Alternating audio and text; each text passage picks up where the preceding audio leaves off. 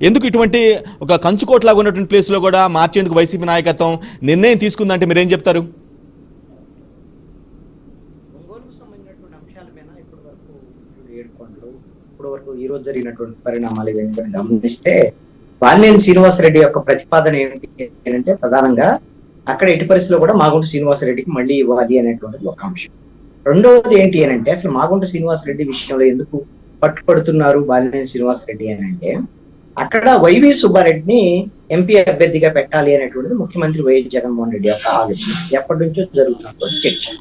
ఈ నేపథ్యంలో వైవి సుబ్బారెడ్డి కన్నా మళ్ళీ అక్కడ ఎంపీ అభ్యర్థిగా వస్తే ప్రకాశం జిల్లాలో ఇంకొక పవర్ సెంటర్ ఏర్పడుతుంది. కాబట్టి వైవి సుబ్బారెడ్డి అభ్యర్థిత్వాన్ని మొదటి నుంచి కూడా బాలినేని శ్రీనివాసరెడ్డి వ్యతిరేకిస్తున్నారు. అందుకనే బలంగా మాగుంట శ్రీనివాసరెడ్డికే ఇవ్వాలనేటువంటి ప్రతిపాదన చేస్తున్నారు. అందుకోసం ఇప్పుడు ముఖ్యమంత్రి ఏం చేశారు నిర్ణయము, నాకు తెలిసి వైవి సుబ్బారెడ్డిని రాజ్యసభకి 3 రాజ్యసభ సీట్లలో 3ని ఎంపిక చేసేటువంటి ప్రక్రియ దాదాపు కొనసాగుతున్నటువంటి పరిస్థితి ఉంది. 8వ తారీఖున నామినేషన్ సంబంధించిన ప్రక్రియ మొదలైంది. కాబట్టి వైవి సుబ్బారెడ్డిని రాజ్యసభకు పంపించేదానికి అవకాశం ఉండొచ్చు అని. లేదు వైవి సుబ్బారెడ్డిని రాజ్యసభకు పంపిస్తే వైవి సుబ్బారెడ్డి కుమారుడిని మరి మాగుంట శ్రీనివాసరెడ్డి స్థానంలో ఒకవేళ వైవి సుబ్బారెడ్డి కొడుకును కూడా ఎంపీగా అభ్యర్థిగా తీసుకొచ్చేటువంటి ఆలోచన కూడా ప్రభుత్వం వైపు నుంచి ఉంది. అయితే వైవి సుబ్బారెడ్డి కుటుంబం నుంచి వస్తే కుదరదు అనేటువంటి దాని మీద బాలినేని శ్రీనివాసరెడ్డి పట్టుబడుతున్న నేపథ్యంలో ఆ సీటుకి చెవిరెడ్డి భాస్కర్ రెడ్డిని తీసుకురావాలనేటువంటి ప్రయత్నం, ఒక బలమైన అభ్యర్థిగా ఉంటారు కాబట్టి ఎందుకు మాగుంట శ్రీనివాసరెడ్డిని మరి వైఎస్ఆర్ కాంగ్రెస్ పార్టీ ప్రభుత్వము లేదా ముఖ్యమంత్రి జగన్మోహన్ రెడ్డి అంగీకరించడం లేదు అనేటువంటి విషయాన్ని గమనిస్తే ఎప్పుడైతే ఢిల్లీ లిక్కర్ స్కామ్ లో మాగుంట రాఘవరెడ్డి శ్రీనివాసరెడ్డి కుమారుడు అరెస్ట్ అవ్వటం, ఆ కేసుకు సంబంధించినటువంటి అంశాలు ఇవన్నీ కూడా ఫేస్ చేసినటువంటి పరిస్థితులు, ఈ నేపథ్యంలో వీళ్ళు ఆల్రెడీ తెలుగుదేశం పార్టీతో కాంటాక్ట్ లో ఉన్నారు అనేటువంటి ఒక సమాచారం ఉంది. మాగుంట శ్రీనివాసరెడ్డి ఎప్పుడైనా సరే తెలుగుదేశం పార్టీలో చేరవచ్చు అనేటువంటి దాని మీద వైఎస్ఆర్ కాంగ్రెస్ పార్టీకి ఖచ్చితమైన సమాచారం. అలాంటి పరిస్థితుల్లో మరి వేరే పార్టీలోకి వెళ్ళేటువంటి అభ్యర్థిని తెచ్చుకొని పెట్టుకునే దానికి అవకాశం లేదు కదా. అందుకోసం ఒక బలమైనటువంటి అభ్యర్థిని రంగంలోకి దించేటువంటి ఆలోచనలో మాగుంట శ్రీనివాసరెడ్డి కావాలని బాలినేని అడుగుతున్నాడు కాబట్టి, వైవి సుబ్బారెడ్డి వద్దంటున్నాడు కాబట్టి అందుకని మధ్య మార్గంగా చెవిరెడ్డి భాస్కర్ రెడ్డిని తీసుకొస్తున్నారు. దీనికి మాగుంట శ్రీనివాసరెడ్డి అలాగే సమస్య లేదు. ఇతను మీ బాలినేని శ్రీనివాసరెడ్డి ఒప్పుకుంటాడా లేదనేటువంటిది ఇక్కడ ముఖ్యమంత్రి దగ్గర అలాంటి ప్రస్తావన లేదండి. బాలినేని శ్రీనివాసరెడ్డి ఆయన చెప్పినట్టుగా ముఖ్యమంత్రి అంటమనడం. చెప్పండి కృష్ణాంజలి గారు, నాది చిన్న ఇంటరప్షన్. నా క్వశ్చన్ ఏంటంటే, సరే ఒంగోలులో ఎంపీగా ఇంతకు 2014లో వైవి సుబ్బారెడ్డి గెలిచారు. తర్వాత టీడీపీ నుంచి వచ్చినటువంటి మాగుంట శ్రీనివాసరెడ్డికి టికెట్ ఇవ్వడం వల్ల 2019లో ఆయన గెలిచారు. కానీ నేనేమంటున్నానంటే ఆయన ఆల్మోస్ట్ 5 yearsగా అక్కడ సర్వ్ చేస్తూ ఉన్నారు.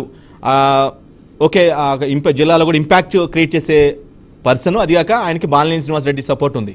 అయినప్పుడు కూడా అటువంటి వ్యక్తిని తీసేసి చెవిరెడ్డి భాస్కర్ రెడ్డినో లేదంటేనే రోజానో లేదంటే ఇంకెవరినో తీసుకొచ్చి అక్కడ పెడితే, అక్కడ నిలబెడితే గెలిచే పరిస్థితులు ఉన్నాయంటారా? మీరే చెప్పారు కదా ఇందాక, కాంగ్రెస్ పార్టీ అదేవిధంగా వైఎస్ఆర్ కాంగ్రెస్ పార్టీ గెలిచేటువంటి పార్లమెంటు నియోజకవర్గం కాబట్టి అభ్యర్థి ఎవరు అనేటువంటి అంశం కన్నా కూడా ఖచ్చితంగా వైఎస్ఆర్ కాంగ్రెస్ పార్టీ అభ్యర్థి అయితే గెలుస్తారు. ఇక్కడ సమస్య అంతా ఏంటంటే మాగుంట శ్రీనివాసరెడ్డి సమస్య కాదు. ఇక్కడ బాలినేని శ్రీనివాసరెడ్డి నేను చెప్పినట్టుగా వినాలి పార్టీ అనేటువంటి ఒక నిర్ణయంలో ఈ రోజున పట్టుబడుతున్నటువంటి పరిస్థితి ఉంది. ఆయన పట్టుబట్టినటువంటి ఒక్కటే అంశం, వైవి సుబ్బారెడ్డికి వాళ్ళ కొడుకు కానీ వాళ్ళకి వద్దు, ఇంకొక పవర్ సెంటర్ ఇక్కడ ఏర్పాటు చేయొద్దనేదే డిమాండ్ తప్ప ఇంకొకటి ఉంది అని నేను అంతర్గతంగా అనుకోవట్లా. మాగుంట శ్రీనివాసరెడ్డి అనేటువంటి విషయము వైఎస్ఆర్ కాంగ్రెస్ పార్టీకి చాలా స్పష్టత ఉంది. అది తెలుగుదేశం పార్టీతో కాంటాక్ట్ లో ఉన్నాడు, తెలుగుదేశం పార్టీలో చేరబోతున్నాడు అనేటువంటిది స్పష్టత ఉంది. అందుకోసం ఆయన కోసం బాలినేని శ్రీనివాసరెడ్డి కాపులు అన్నా కూడా ప్రయత్నం జరగదు. అందుకని మధ్య మార్గంగా వైఎస్ఆర్ కాంగ్రెస్ పార్టీ అధిష్టానం వైవి సుబ్బారెడ్డి కుటుంబం నుంచి కాకుండా ఇప్పుడు చెవిరెడ్డి భాస్కర్ రెడ్డిని తీసుకొస్తున్నారు, లేకపోతే ఇంకొకరిని తీసుకొస్తారు రోజంగా, లేదా ఎవరైనా తీసుకొచ్చేదానికి అవకాశం, గట్టి క్యాండిడేట్ తీసుకొచ్చేదానికి అవకాశం ఉంది. అధిష్టానం నిర్ణయం మేరకు బాలినేని శ్రీనివాసరెడ్డి అంగీకరించాల్సిందే తప్ప బాలినేని శ్రీనివాసరెడ్డి చెప్పినట్టుగా ముఖ్యమంత్రి జగన్మోహన్ రెడ్డి వినేటువంటి పరిస్థితి ఈ రోజున లేదు. ఇలాంటిది బాలినేని శ్రీనివాసరెడ్డి ఎంత పట్టుబడుతున్నాడు, ఇవన్నీ ఎంత పెద్ద చర్చలు జరుగుతున్నాయి, అలిగాడు, మళ్ళీ వెళ్ళి సజ్జల రామకృష్ణారెడ్డి మాట్లాడాడు. ఇవన్నీ ఏంటి అంటే బాలినేని శ్రీనివాసరెడ్డి జగన్మోహన్ రెడ్డికి ఒక బంధువు, వాళ్ళ కుటుంబంలో వ్యక్తి కాబట్టి ప్రాధాన్యత ఇస్తున్నట్టుగా స్పష్టంగా ఉంది. లేదు అనుకుంటే వైఎస్ఆర్ కాంగ్రెస్ పార్టీ ఇప్పుడున్నటువంటి పరిస్థితుల్లో బాలినేని శ్రీనివాసరెడ్డిని వదులుకోవటానికి కూడా సిద్ధంగా ఉంటుంది అని నా యొక్క అభిప్రాయం. ఎందుకోసమనంటే మీకు మంగళగిరిలో ఆళ్ల రామకృష్ణారెడ్డి కన్నా ఏమన్నా దగ్గర వ్యక్తి ఏం కాదు కదా జగన్మోహన్ రెడ్డికి. ఆళ్ల రామకృష్ణారెడ్డి కూడా మీరు పార్టీ చెప్పినటువంటి నిర్ణయానికి అంగీకరించకపోతే ఉంటే ఉండండి అని చెప్పినటువంటి పరిస్థితి. మళ్ళీ ఆళ్ల రామకృష్ణారెడ్డి కాంగ్రెస్ పార్టీ. కృష్ణాంజలి గారు, బాలినేని మాటని పక్కన పెట్టి వేరే వ్యక్తికి ఇచ్చినట్లయితే బాలినేని జిల్లా మొత్తంలో ఇంపాక్ట్ చూపించిన వ్యక్తి, అదేవిధంగా చాలా వైసీపీకి చాలా సన్నిహితంగా ఉన్న వ్యక్తి, జగన్కి బాగా సన్నిహితంగా ఉన్న వ్యక్తి. ఒకవేళ అతను చెప్పిన పరిస్థితిలో అతనికి చెప్పిన క్యాండిడేట్కి ఇవ్వకపోతే గెలిచే పరిస్థితి ఉందంటారా? బాలినేని సపోర్ట్ చేయనట్లయితే మీరే అన్నారు కాబట్టి అతను వైవి సుబ్బారెడ్డి కుటుంబ సభ్యులు తప్ప ఎవరికైనా ఇవ్వచ్చు అనే చెప్పిన వ్యక్తి. సో ఇన్ కేసు అదే జరిగి వైవి సుబ్బారెడ్డి కుటుంబం కాకుండా వేరే వ్యక్తికి ఇచ్చారనుకోండి, ఇచ్చినప్పుడు కూడా బాలినేని సపోర్ట్ చేసి ఆ ఎంపీ సీట్ని గెలిపించే పరిస్థితి ఉందంటారా? బాలినేని శ్రీనివాసరెడ్డి డిమాండ్లు ఇవన్నీ కూడా మాగుంట శ్రీనివాసరెడ్డి ఇవ్వకపోతే నేను చెయ్యను, వెళ్ళిపోతాను పార్టీకి అనేటువంటి పరిస్థితులు ఉండకపోవచ్చు అని నేను అనుకుంటున్నాను. ఇవన్నీ కూడా టీ కప్పులో తుఫాన్ లాంటివి. ఇంకొక అంశం ఏమిటి అంటే ఈ రాష్ట్రంలో 25 పార్లమెంట్ స్థానాలు, 175 అసెంబ్లీ స్థానాల్లో ముఖ్యమంత్రి జగన్మోహన్ రెడ్డి చెప్పిందే నిర్ణయం. అదే విధంగా ఎక్కడా కూడా ఏ నియోజకవర్గంలో కూడా లేకపోతే ఏ జిల్లాలో కూడా ఉమ్మడి 13 జిల్లాలు కానివ్వండి, కొత్త 26 జిల్లాలు మేం చెప్పినట్టు పార్టీ వినాలనేటువంటి నాయకుడు నాకు తెలిసేది వైఎస్ఆర్ కాంగ్రెస్ పార్టీలో ఇప్పటి వరకు ఎవరు లేరు అనేటువంటి మాత్రం నేను పరిశీలిస్తున్నటువంటి దాని ప్రకారంగా అర్థమవుతున్నటువంటి అంశం. బాలినేని శ్రీనివాసరెడ్డి నిజంగా నేను పార్టీకి చేయను, నేను చెప్పినట్టు వినాలి అని అంటే ఉంటే ఉండి పోతే పో అనేటువంటి పరిస్థితి ఉంటుంది పార్టీ.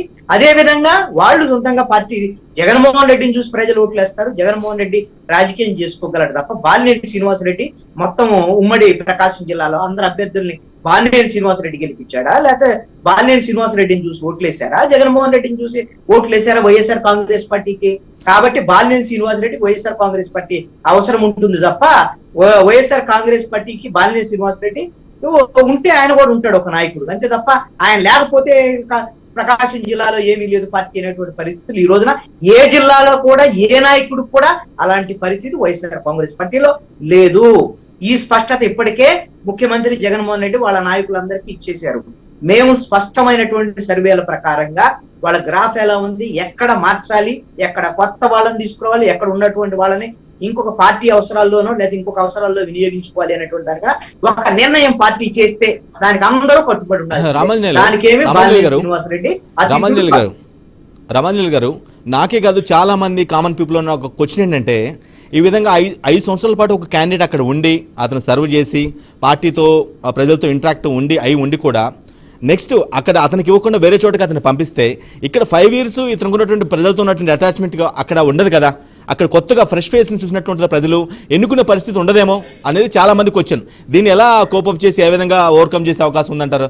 ఐ థింక్ నాకు తెలిసిన వరకు అయితే అది అసాధ్యం అనుకుంటున్నాను. ఎందుకంటే ఇక్కడ ఉన్న వ్యక్తి ఫ్రెష్ ఫేస్ని తీసుకెళ్లి వేరే ప్లేస్లో పెట్టి ఇతను గెలిపించిందనంటే ఆ రిసీవ్ చేసుకునే పరిస్థితి ఉంటుందంటారు అక్కడ? ఇక్కడ ఒక అంశం ఏమిటి అంటే అధికారంలో ఉండేటువంటి ఎమ్మెల్యేల మీద ఈ రోజున కొంతమందికి మీద వ్యతిరేకత ఉంది అనేటువంటిది వైఎస్ఆర్ కాంగ్రెస్ పార్టీకి ఉన్నటువంటి రిపోర్ట్స్. ఇప్పుడు ఎమ్మెల్యేగా పనిచేసినటువంటి వాళ్ళు 5 ఏళ్ళు, ఎంపీగా పనిచేసినటువంటి 5 ఏళ్ళు, వాళ్ళకే ప్రజల ఆదరణ ఉంది అనుకుంటే మరి తెలుగుదేశం గవర్నమెంట్ లో ఆ విధంగా ఎమ్మెల్యేలుగా పనిచేసినటువంటి వాళ్ళందరూ ఏమయ్యారు, ఎంపీలుగా పనిచేసినటువంటి వాళ్ళందరూ ఏమయ్యారు? 24-23 మంది ఎమ్మెల్యేలు గెలిచారు, 23 మాత్రం ఎంపీలు గెలిచారు, మిగతా వాళ్ళందరూ ఓడిపోయారు కదా. అంటే వ్యతిరేకత ఉన్నటువంటి ఇప్పుడు కూడా అలాగనే వైఎస్ఆర్ కాంగ్రెస్ పార్టీకి సంబంధించినటువంటి ఎమ్మెల్యేల మీద, ఎంపీల మీద కొంతమంది మీద వ్యతిరేకత ఉంటే వాళ్ళని మార్చడం ద్వారా గెలవచ్చు అనేటువంటి దాని మీద ఒక ప్రయోగం అనేటువంటిది జగన్మోహన్ రెడ్డి చేస్తున్నాడు. ఆ ప్రయోగం ఫలిస్తుందా లేదా, అనుకూలమైన ఫలితాలను ఇస్తుందా, ప్రతికూలమైన ఫలితాలు ఇస్తారు, రేపు చూడాలి. మొన్న జరిగినటువంటి తెలంగాణ ఎన్నికల్లో బీఆర్ఎస్ ప్రభుత్వం మీద అంత తీవ్రమైనటువంటి వ్యతిరేకత లేకపోయినప్పటికీ కూడా, ముఖ్యమంత్రి కేసీఆర్ మీద వ్యతిరేకత లేకపోయినప్పటికీ కూడా ఎమ్మెల్యేల మీద ఉండేటువంటి వ్యతిరేకత వల్ల మేము ఓడిపోయాము, మేము ప్రభుత్వంలోకి రాలేదు అని కేటీఆర్ ఆఫ్టర్ రిజల్ట్స్ ఆయన మాట్లాడినటువంటి సందర్భం మనం చూసాం. అలాంటి పరిస్థితులు ఇప్పుడు అలాంటి అనుభవమే మన ఆంధ్రప్రదేశ్ లో కూడా ఇప్పుడు ఎక్కడైతే ఎమ్మెల్యేల మీద వ్యతిరేకత ఉందో ఐపాక్ ఇచ్చినటువంటి సర్వేల ప్రకారం వాళ్ళు చూసి మార్చుకునేటువంటి ప్రయత్నం చేస్తున్నారు. రైట్. ఇక నెల్లూరు అంశాన్ని చూసినట్లయితే నెల్లూరు జనరల్గా ఏంటంటే కడప, తర్వాత అంత ఇంపాక్ట్ ఉన్న జిల్లా వైసీపీకి కానీ అంతకుముందు కాంగ్రెస్ ఉండి ఉండొచ్చు, ఇప్పుడు వైసీపీ కావచ్చు. వైసీపీ లీడ్ చేస్తుంది కాబట్టి అక్కడ వైసీపీ ఇంపాక్ట్ ఎక్కువ ఉండే జిల్లాలో కడప తర్వాత నెల్లూరు జిల్లా అనుకోవచ్చు. నెల్లూరు జిల్లాలో పరిస్థితి, Nellore MP seat sitting MP Adala Prabhakar Reddy ఉన్నారు. ఆయనకి ఈసారి టికెట్ లేదని కన్ఫర్మ్ చేసిన పరిస్థితే కనిపిస్తుంది. ఇప్పటికీ ఆ జిల్లాలో చాలా పరిణామాలు చోటు చేసుకున్నాయి. వెంకటగిరి కావచ్చు, ఉదయగిరి కావచ్చు, నెల్లూరు రూరల్ కావచ్చు, వీళ్ళంతా కూడా వైసీపీ నుంచి గెలిచి టీడీపీకి వెళ్ళి దగ్గరైనటువంటి టీడీపీలో జాయిన్ అయినా లేదంటే టీడీపీకి దగ్గరైన పరిస్థితులు కనిపిస్తూ ఉన్నాయి. సో ఇటువంటి క్రమంలో నెల్లూరు జిల్లాలో పరిస్థితి ఏంటి? నెల్లూరు ఎంపీ సీట్ ఎవరికి ఇచ్చే అవకాశం ఉంది? ఇచ్చినప్పటికి కూడా కొంతమంది ఎమ్మెల్యేలు టీడీపీకి జాయిన్ అయిన పక్షంలో గెలిచే అవకాశం ఉందా?